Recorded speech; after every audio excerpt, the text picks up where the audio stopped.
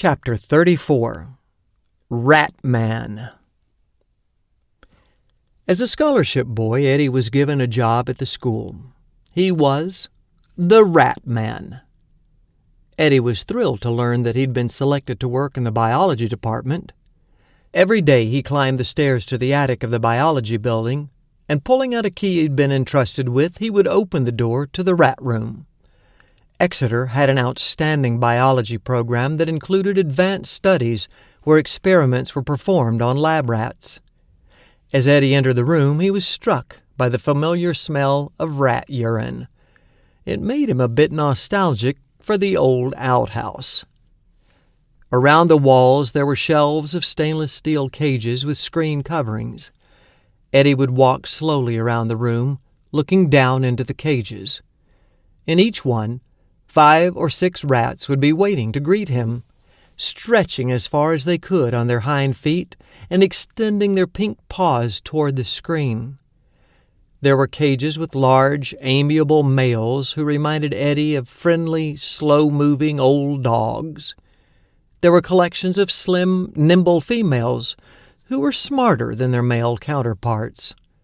There were cages with adolescent rats that rolled around and played with each other like kittens, and there were cages of new mothers with litters of tiny pink babies whose eyes hadn't opened yet.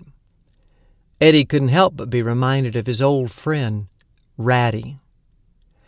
When his feeding and cleaning chores were over, Eddie would sometimes take the lid off a cage and lift out a rat. He would sit on a table in the corner of the room and let it run across his shoulders and up and down his arms. Sometimes it would climb into his pocket or sit up on his lap to wash itself. When he was feeling homesick, it felt good to spend time with a little white friend. But in the back of his mind, Eddie knew these rats were lab rats, and everybody knows what happens to lab rats.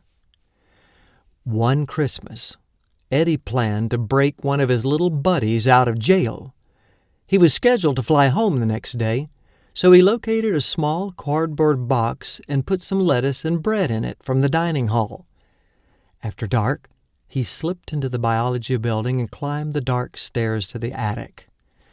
Opening the door, he took out a flashlight and shone it into the cages. Dozens of little pink noses were raised to greet him. Thousands of whiskers twitched. What was Eddie to do? He couldn't take them all. At last he reached into a cage of adolescent rats and lifted out a small, silky female. He slipped her into his shirt pocket and turned to leave. Locking the door behind him, he hurried down the steps and back to his dormitory. The next day, Eddie put the cardboard box into his backpack. When he got to the airport, he checked his suitcase on, but carried his backpack with him. Every now and then he'd open the top of the pack and peek inside. He inserted his hand and lifted the corner of the box just to make sure his little friend was getting enough air. Then his flight was called. Once Eddie was buckled in, he carefully slid his backpack under the seat in front of him.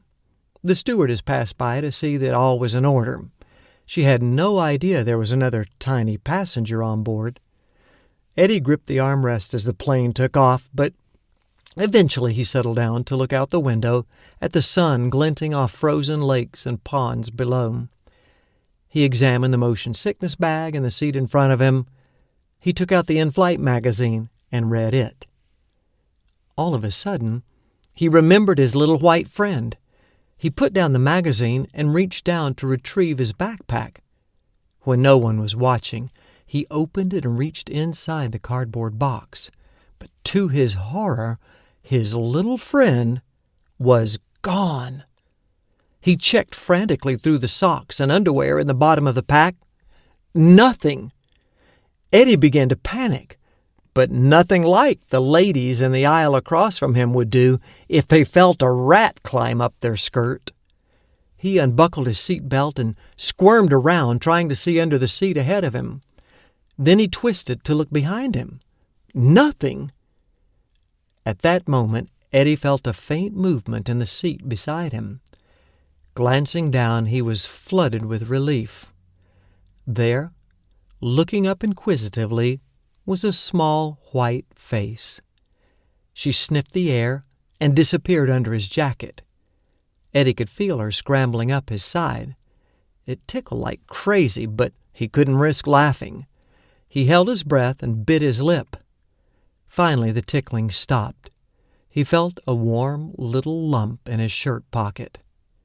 Risking a peek, he saw his little friend curled up asleep. And she stayed asleep until the plane landed safely in Charleston.